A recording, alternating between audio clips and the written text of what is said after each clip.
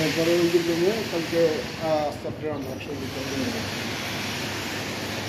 হ্যাঁ, এই যে মোবিল এসে পড়ছে অলরেডি 1 ড্রাম 4টা জেনারেটরের জন্য।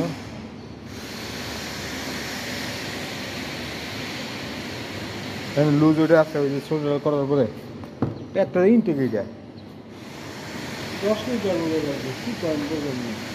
এটা 100 কেজিতে 14-16 লিটার হবে, 15-16 লিটার। সাম ছোট কেমন দিতাম না বলে নাই, বাদ দেন। হচ্ছে টিএস